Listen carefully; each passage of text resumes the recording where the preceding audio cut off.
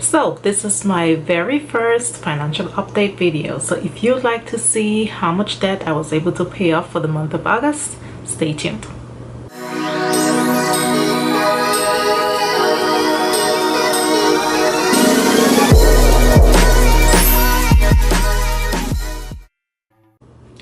Hey guys, it's Shama from Happy Living Now, where we share how to build a life of maximum happiness and financial freedom by spending less, saving more, living happy, living rich.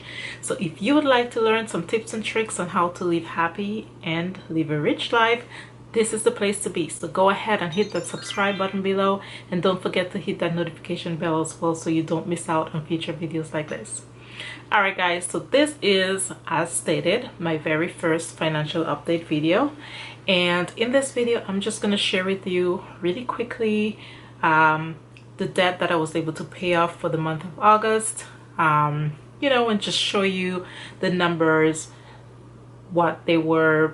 I made my last video, and if you've not seen that, I'll link that above. But my last video talking about my debt-free journey. So in this video I'm just going to walk with you really quickly as to what debt I focused on, how I approached paying off, or not paying off, but how I'm gonna approach paying off some of my debt. And yeah, so when I last mentioned how much debt I have, I stated that I had about $198,000 worth of debt, and that comprised of credit cards, car loans, personal loans, and student loans. Okay, so up on the screen you will see the numbers of what the previous balance on some of my outstanding debt was, and then the current balance. And also, I apologize if you hear any background noise. There are some people out there, they're moving in some items next door, and you may hear noise in the background. So if you do, I do apologize, but that's what's going on. Okay, on the screen you will see that my previous balance for the month of August, or those were the numbers at the end of July rather, was for Bank of America $7,338. Now you'll see that the current balance didn't change that much. It was $7,266. So technically it says that I paid $72. That's not really true. I did pay the minimum amount, which was about, I think, $140 something.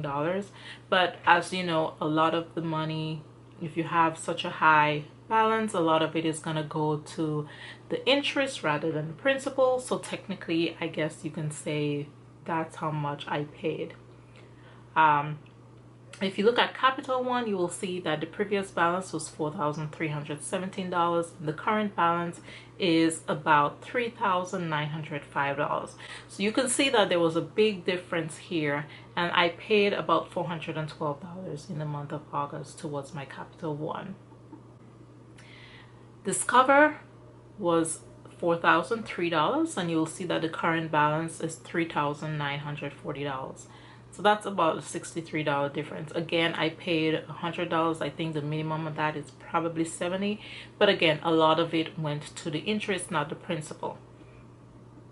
My Lending Club loan, you will see that again is a huge difference. It went from $1,401 at the end of July to an outstanding balance now of $801. So I paid $600 towards that. Citizens One, though that's one of my personal loans, that was $1,236 at the end of July, and it has a current balance at the end of August of $1,180. So that has a minimum monthly payment of $56. I didn't pay any extra there, and that's where it went. Macy's, I didn't speak about Macy's in my previous videos, but I decided to include it in this slide. And as you would see, in July there was a outstanding balance of $115. At the end of August that was paid off, so it has a current balance of $0. My car loan was $4,645, currently has an outstanding balance of $4,257. So I paid $388 on that.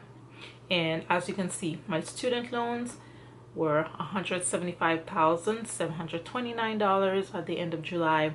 At the end of August, as you can see here on the screen, it actually went up to $176,448. So overall, even though my student loans went up and there was not that much difference in some of my loans and balances, you will see that the total debt went down from $198,785 down to $197,457. So all in all, at the end of August, year-to-date payoff $1,706. I'm not including previous months. This is as of the month of August. This is when I started really tracking my debt payoff journey. So this is when I will be calculating the year-to-date payoff amount. So for the month of August, that's how much I paid off, $1,706. So as you can see, a lot of the huge difference went to Capital One, and that also went to the Lending Club loans. And then not too much my car loan. My car loan was usually $385. However, over the years, I've constantly paid more than that. So right now, the monthly payment has reduced quite a bit on that. So I don't just pay whatever the monthly payment is. I still continue to pay more than what's required on my car loan. So that's why you'll see $388. So that's where the huge chunk of debt payoff went to. Now, the way that I'm gonna be paying those off, I don't really have a set payment method. As you may be aware, the two most common ways of paying down debt is the debt snowball method and the debt avalanche. The debt snowball method, you start with your smallest balance regardless of what your interest rate is on that. You start with your smallest balance and work your way up. The debt avalanche, you pay off your debt based on interest. So whichever has the highest interest, that's what you work on paying off first. As you may have seen from my last video, my debt breakdown video, a lot of my outstanding debts currently have pretty much the same interest rate. So to me, it won't really make that much of a difference if I pay off the highest interest rate or the highest balance, because some of my outstanding debt, they are very high in outstanding balances, and the interest rate is also high on that. But I've combined the two. So obviously the minimum one that I could get taken care of right away was the Macy's, and I got rid of that and got that taken care of. And then my Lending Club has a high interest rate of 27%, as well as my Capital One payment has 27%. So I've kind of contributed a lot of the amount there to pay that off. And then my car has a loan or an interest rate of 3.9%, so it's not that high, but that takes a huge chunk of a lot of the outgoing money goes towards that every month. So I'm working towards bringing that down too. So you will see that I don't have a set method. I do what works best for me, but in the end of it all, my hopes is to pay it off as quickly as I can and assign that money elsewhere. But yeah, guys, so that was my debt payoff for the month of August. I paid off $1,706, and you can see where a huge chunk of that went. In the month of September, I'll continue paying off a lot of my debt, and it may go to different cards as compared to what I paid towards last month in the month of August. But yeah, I am so happy that I'm getting somewhere with my debt payoff journey. I know it's gonna take a while, but I am excited for what lies ahead on my debt-free journey. I am excited to see the numbers go down. It may not seem like it's a huge amount to some, but it's a difference to me. And the moment I decided to take action and make a difference in my financial life, it was really a motivating factor for me to break whatever seems to be society's norm in terms of being in debt.